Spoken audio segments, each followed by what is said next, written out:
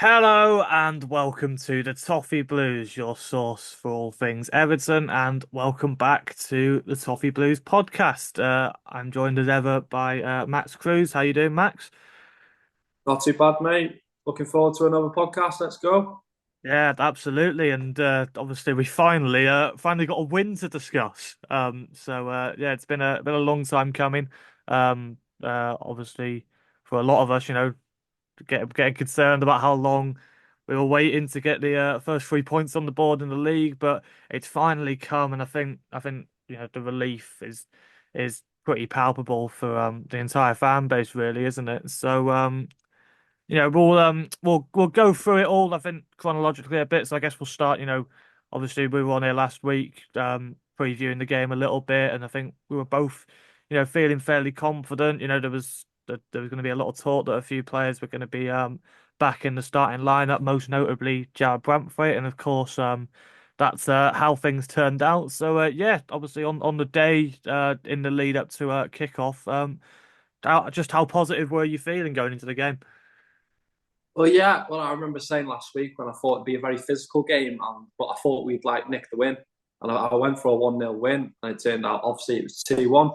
But yeah, I was quite confident and optimistic moving into it, especially after the Leicester result and performance. Obviously we struggled in the later stages of the second half there, but I thought we had a team there that could go out at Goodison Park on the weekend and get the job done for the first time this season, and it ended up being that way.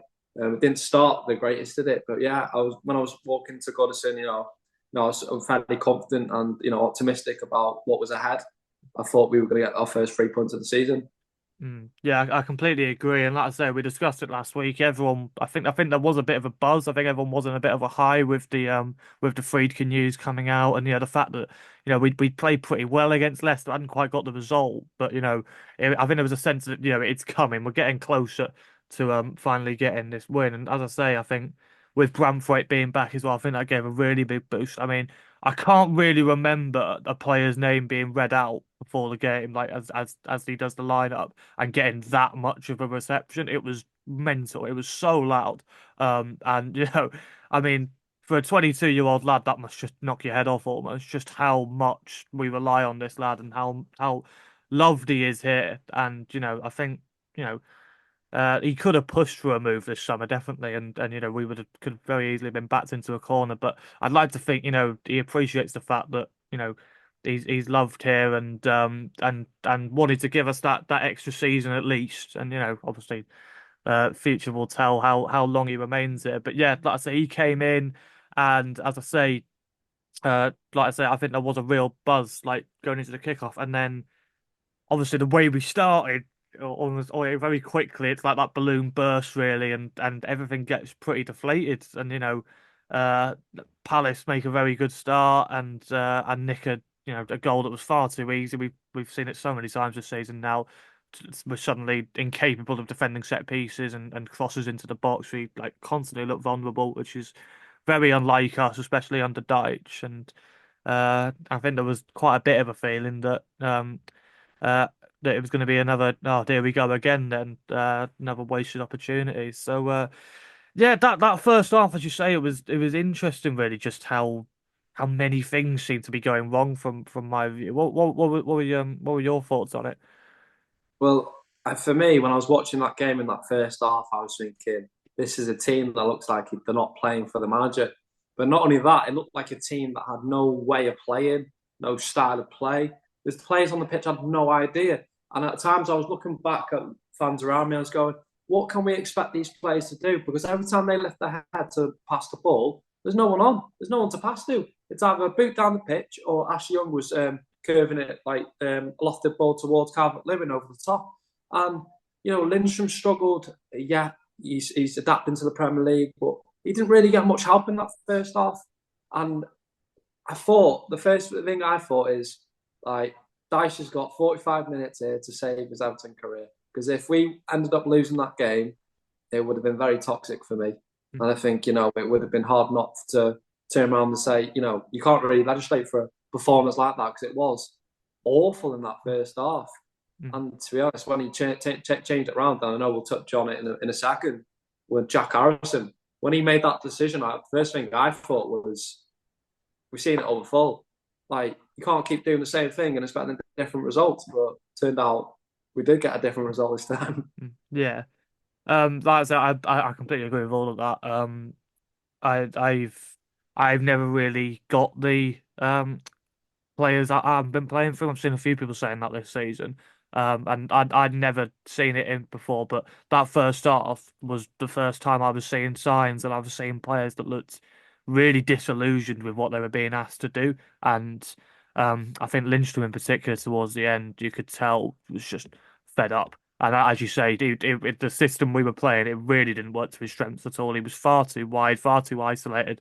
And as you say, like the way Young was being asked to play, it was almost completely bypassing him. Like Lindstrom was almost like a passenger at times and just not being allowed to play to his strengths. And as you say, you could tell that he was getting really frustrated with that, and there was a few other very negative gestures, which for someone like Deitch, it's like you need maximum effort, whether you're getting the performance levels or not. You need everyone buying into stuff, and that was a big concern for me. That's about, like as you say, I think it's about as bad as I've seen us play under him. It really was that poor.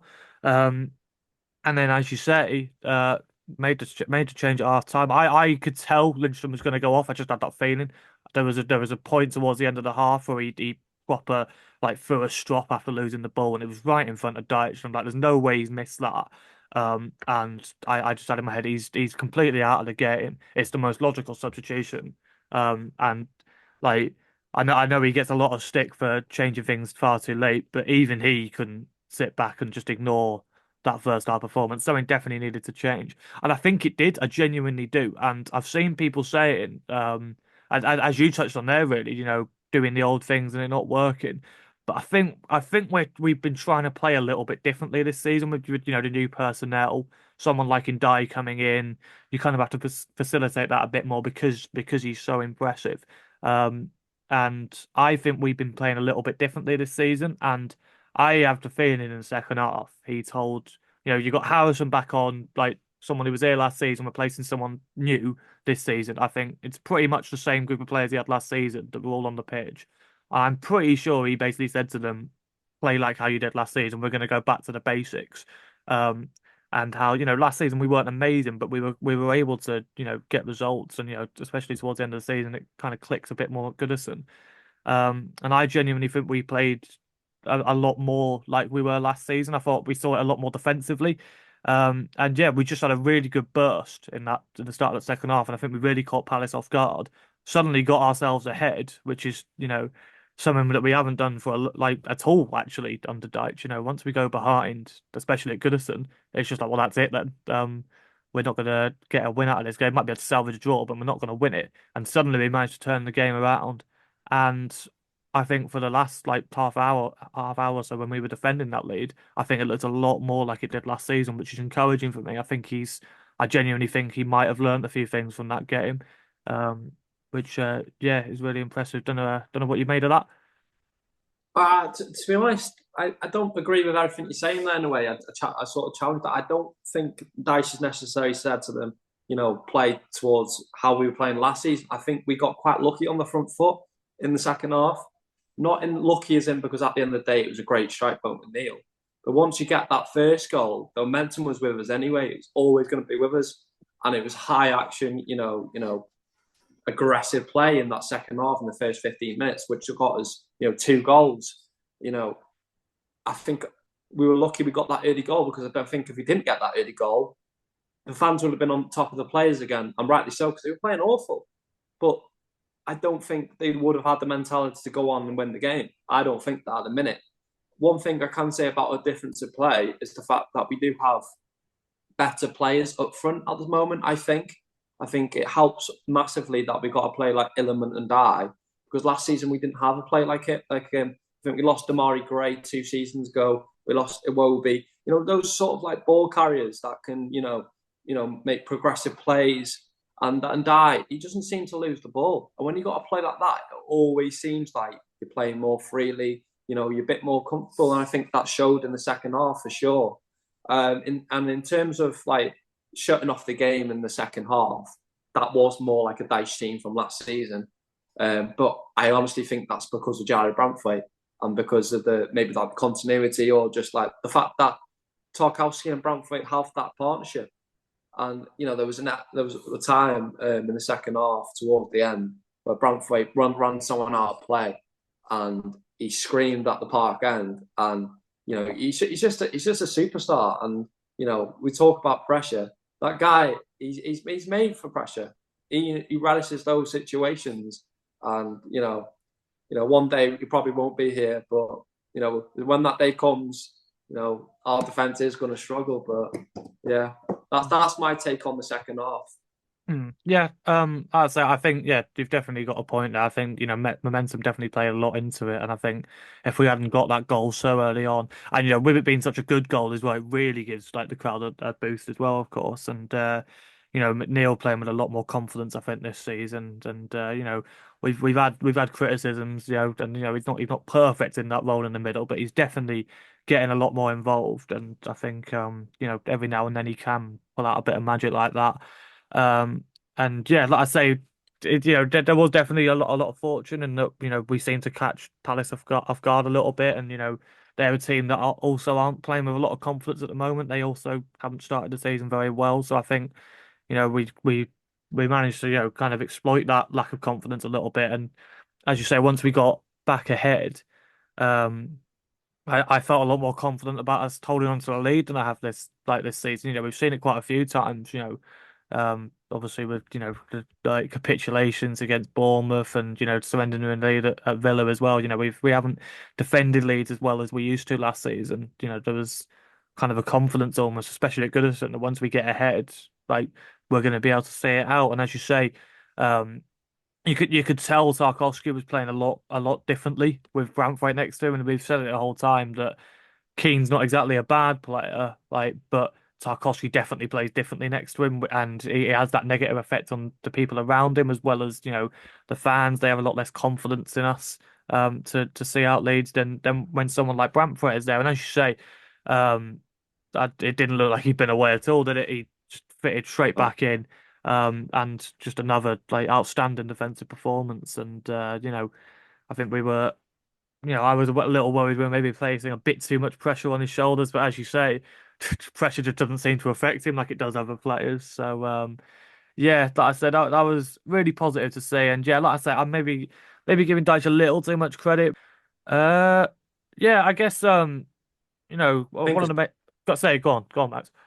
well, I think a lot of times last season, especially when we went on that run where we couldn't seem to get a run get a win, sorry, between like November, wasn't it, and February, and a lot of the time we'd have performances that were brilliant defensively, but we just didn't have those attackers to finish off the game. We'd end up drawing, like Brighton, for example, when they went down to 10 men away. And I think this season, if we can stay solid at the back like last season, I think we have the ability to maybe finish off games and get a few more wins because I feel like we've got a more positive and free flowing attack now. Yeah, and as I say, as well within Darty, I think we're learning how to play to his strengths a bit more. As you said there, when you're seeing out a win, you need to get the ball to a player like Ndiaye because, as you say, when he gets it, he almost certainly doesn't lose it. It very rarely gets the ball taken off him, whether holds on to it and like dribbles into a corner or whatever, or like lays the pass off.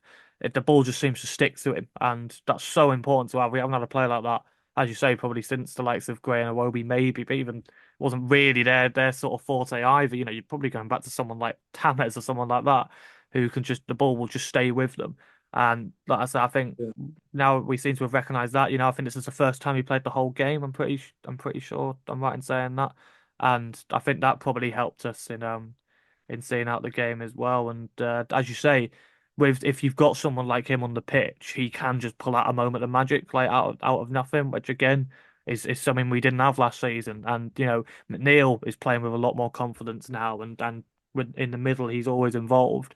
As if he keeps putting in these performances, his confidence is only going to grow, and there's every chance that he can pull out something magical as well. And having two players like that in the attack is vital. And as you say, if we can keep that defensive spine, but still had players forward who contributing to the defensive effort as well. They're both, hard working defensively. I think Ndai got there was a real good stat about Ndai on Saturday. And I think he was like one of our better defenders in terms of some sort of stat. But yeah, Animal. having them up the other end of the field, able to pull out that those moments of magic is going to be really important. I say we touched on the defense there as well, and I thought Tarkowski was really impressive, especially in the second half on Saturday. And as I say, I think he's just a completely different player when he's got Brandt right next to him. But of course, there was a moment in the first half which has gained a little bit of traction on social media. Dermot Gallagher piping up again for supposed foul on Mateta in the first half. I'm quite surprised about where this is all coming from. I think the pundits on Match of the Day were all saying should have been a penalty. And I don't see it myself. Don't know what your thoughts are. I think I'm going to slightly surprise you with this one. I'll tell you why. Because I was sat in the park end. I mean, it was obviously where the Gladys Street was at the time, wasn't it? Yeah. And the first thing I did was wince. I was like, oh, I'm not sure about that one. Because I thought he won the ball, obviously, but I thought he definitely lay a bit on Mateta. He knew what he was doing, Tarkowski, I felt. He does it quite a lot. And I mean, a lot of the time there's a place for it because, you got to lay one on the attacker sometimes, to get their respect. But I wouldn't have been surprised, to be honest, if that went for a penalty, if that was overturned for a penalty. So I think he did catch the legs, swipe the legs, and he was quite, it was kind of like a scissor action. And I love a tackle, don't get me wrong, but I wouldn't have been like surprised or, extremely angry if that was given as a penalty, because I think there could be arguments for it. And, I'm a big defender of Everton when it comes to stuff like that. But, you have to be honest in some way. And that's my view. I feel like he could have, won the ball more cleanly than he did. Yeah, like I said, I always try and view it as if it was the other way around, and that was like a Palace defender making a tackle on Calvert-Lewin, for example, making that tackle. I'm wondering how I'd view it that way, and I genuinely I just don't. He wins the ball first for me. It's overly physical, maybe, but I don't think he's putting the player in danger. I think he's just leaving a little bit on him. Um, Mm. and I think it's one of them where, like, if the referee had given it, I could understand why VAR wouldn't overturn it. But I think, with the referee having full sight of it and not giving the foul, I think we've seen more physical tackles than that, go unpunished before. And yeah, I don't know. I think I don't know. For me, like people probably say I'm biased, and like if it was the other way around, I'd be screaming for a penalty and whatever. But I don't know. I'm not saying it for me. And I was sat in the park end as well, and obviously you don't have an amazing view of it at the other end of the pitch. But I think that was my initial thoughts, and it hasn't really changed once I've seen it back, really. But yeah, no, always good to have I think, to gauge opinions on it. yeah. I think if it was in the middle of the park, it probably would have been a free kick. I think the referee probably would have given a free kick, if I'm being honest. But, opinions, and honestly, I'm glad it's not a penalty. So, we Yeah. can move on from that one. I'm happy being a penalty. Yeah, because I say in that moment of the game, I think going down 2-0 down, we would have really struggled to get back into it. And obviously we've done it before against Palace, but yeah, this didn't quite feel like the same sort of game for that one really. But yeah, like I say, I think we pretty much discussed all there is with Palace, and obviously looking ahead to Saturday, another home match, another potential final visit to Goodison, this time for Newcastle United. It's going to feel weird not playing them on a Thursday night. I think that's the last 3 seasons now. That somehow ended up on a Thursday night, the most random fixture scheduling ever. But always seems to be a bit of a thriller as well. At both ends of the spectrum, really. I think I've somehow managed to miss both the Iwobi game when he scored in the last minute and the 3-0 last season. The 3-0 was the only home match I missed last season, and I think out of the last 5 matches I've missed at Goodison, I think the Iwobi one is included in that as well. So, but I was at the 4-1 one, so I think it's basically like if we get battered on Saturday, I'm just gonna never go to a Newcastle home match ever again. Just sacrifice myself. But yeah, like I say, it always seems to be a bit of a, you know, almost a special occasion really, and this kind of sort of rivalry that's emerged between us and Newcastle over the years. Bit odd, whatever. I think the likes of Gordon fueled it. Obviously, Jordan Pickford on our end definitely fuels it, and then them chucking their dinosaurs at him or whatever. But yeah, like I say, what are we thinking? Looking ahead to Newcastle on Saturday. Yeah, well, you're exactly right. There have been over the last few years. It's been a bit of a thrillers, as you say. And to be honest, all of them have been like great, proper Goodison nights. Great atmospheres. Other than the time when we got battered 4-1 or whatever it was. But yeah, I think it's going to be another. It'll be a tough game. It'll be a tough game because Newcastle started well in the league. They get a draw against City on the weekend. It's going to be a tough game. We're going to have to be concentrated again. We're going to have to take our chances. We're going to have to be physical. And we need to get the crowd in the game because if the crowd are in that game, it's going to be tough for Newcastle as well because the crowd will be up for it anyway, I feel. They always seem to be. We always seem to be against Newcastle at the moment. There is this kind of like bit of fierce rivalry between the two clubs, isn't there? Hmm. But yeah, I think it's a hard one to predict, to be honest, because it's either going to we had the Iwobi one where we scored, in like the 100th minute or whatever it was, and then you get battered the next season, and then the season after we win 3-0. I think it's one of them fine margins in the game where one goal could mean you get two or three. Whereas if it's the other way, it can happen for Newcastle as well. So I feel like this fixture is maybe drew a draw at home, Hmm. but hopefully we get a win. I'm feeling less confident than I was against Palace because I feel like Newcastle are more ruthless, but they've not got Isak, have they? So that's a plus for us. Hmm. But hopefully we can get the job done. That's all I can say. Yeah, yeah, absolutely. Like I say, Isak's definitely going to be a big miss for them, and I say I have a lot of time for Newcastle's team. To be fair, I think Eddie Howe's built a really good team there, and I think quite a few people were sleeping on them in the summer. Really, I think they haven't got any European football, and I backed them to get into the Champions League this season, and they've started pretty well. To be fair, as you say, they've got a few good results under their belt. Good draw with City on the weekend. I think they've already and obviously beaten United as well. So yeah, like I say, yeah, it's gonna be an interesting one. Like I say, 5:30 kickoff. Obviously, as we get later in the year, probably will become a night game at some point. I'm not sure if it's like like I say, I don't know how we're getting into weather on this sort of thing, but I'm not entirely sure around what time it gets dark now. But I think at some point the game will be under the lights, under the Goodison lights, which could help things along, and obviously. Whenever Anthony Gordon comes back, that always seems to get the crowd spitting a little bit. So I think that'll all contribute to the atmosphere a little bit. And yeah, I'm with you really. I think it's going to be probably quite could be a bit of a feisty game and yeah, like I say, Newcastle have quite a bit of quality about them, and I think we caught them at a very good time last season when they were really struggling with injuries, and that probably played into our hands a little bit. We were in really good form at that time, and everything just kind of came together. Really, it was probably one of the better games we had last season. But I think we're finally starting to find our feet a little bit, but. So, I just want us, to have a put in a decent display, and I hopefully at the very least, manage to get a draw over the line just to, not to put any sort of halt to momentum. Really, I think is about the minimum I'd like to expect from Saturday. Um, and so yeah, like I say, are you going to predict a draw then? Do you reckon, or what's your? Is it one of them where like Yeah, your heart or your head are saying different things?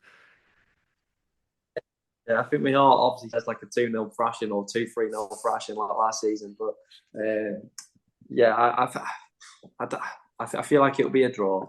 I do feel like it'll be a draw, but I think it'll be 1-1. I mean, it could be anything to be honest, because these games are unpredictable at times. We're unpredictable. We don't know how we're going to play. We don't know what type of Newcastle are going to turn up either. So it's hard. I will go for one more draw. Yeah, I was going to say the same to be honest, and I hate always having the same predictions. So I'll back us to nick it 1-0 instead. Why not? And yeah, like I say, it's been add to that like list of great Everton Newcastle games to see how Goodison Park really. But I guess as well, probably worth discussing any changes that you'd make to the team. I guess if you go with it, that I imagine Harrison's probably going to be starting. I'd think based on how he came on and you know performed a lot better than Lindstrom. Do you stick with the same midfield? What sort of team selection decisions would you be making for Saturday? think it has to be very similar to last game. Obviously, I'd make at least two changes. I think perhaps we needed a change in midfield because I think we struggled in that first half against Palace. I think Adam Wharton had the whole of Goodison Park at one point to play in. So I think Mangala has to start. I'm unsure at the moment who to play alongside him. I'm sure probably Dyches. I think perhaps maybe Garner, James Garner, but not sure. But then you got Irabunan. You know, I think he'll probably go with James Garner, if I'm being honest. He's had a few weeks now, isn't he, back in the squad? I think he might go for James Garner. I think fans would like that to see him back in the side. But it depends on how they work together, isn't it? Because, you know, partnerships are massive in midfield. But yeah, and then the obvious other change is that probably is going to be Lindstrom for Harrison. And in some ways, you think, oh, that is a positive change because of the way he played last game. But then you also think about Harrison. Sometimes he is like a 1 in 10 player, and maybe he's had that one game against Palace where he's played well, and now it's going to be drop another, subpar performance. But yeah, I think they're the obvious changes. Is I think one in midfield, and I think Harrison's coming in for Lindstrom. Yeah, I completely agree. I'd be surprised if Harrison doesn't start. I have a little bit of a worry that that sort of performance might see Lindstrom slip down the pecking order a little bit, and hopefully not become the new Danjuma. But there is definitely a part of me that could see that unfortunately becoming the case because he's shown some good little signs here and there that there is a player in there. So hopefully maybe a few games out of the sides or whatever might help rekindle something and get him working hard or something. I'm not sure, but yeah, like I said, I agree. I don't think I'd be starting to Corey. I think I'm not entirely sure if for maybe for some games it suits him, but it seems to be that Mangala sits and then whoever's next to him needs to drive with the ball a bit and be that carrier. And I could see James Garner maybe doing that, but I have the feeling he's going to go with just a gay. I think and he brings that defensive solidity with him as well. Of course, can help to break up things in the midfield along with Mangala because the likelihood is we're going to be under the cosh a little bit with Newcastle. Having the majority of the possession and whatever, and probably being on the front foot and us be looking to hit them on the counter a little bit. So, yeah, I think I think it'd be just a gay for me going next to Mangala, and then as I say, Towson coming in. But I'd be surprised if there were any other changes. Really, I think Ashley Young's actually performed quite well like the last couple of games, and that seems to be something that's been recognised by a lot of the fan base. So obviously up against someone like Harvey Barnes or Gordon or whoever it is on the thing might be a bit of an issue, but hopefully with that like rediscovered defensive solidity that we've hopefully built on from Saturday, that won't be too much of an issue then really. But yeah, just before we go then, I guess it's my turn now to be put under the microscope when it comes to the quizzing. So yeah, we're Yeah. going to be doing a lineup quiz. Max has got an old Newcastle game from over the years to test me on, and I'm only been given 2 minutes for some reason. You got three last week and got all but one player, but yeah, rules are rules, and I've got two for whatever reason. So yeah, just Uh, let me know whenever you're two, ready to go. right, okay. So just put 2 minutes on timer there. So we're going to go back to the 15th of March here. 15th of March 2015, Everton versus Newcastle, of course. I'm allowed to tell you the score? I'm allowed to tell you the score, aren't Don't tell me the score was, but you can tell me the score. I think, yeah. I? Oh, no. Yeah. So we won 3-0 that day. Yeah.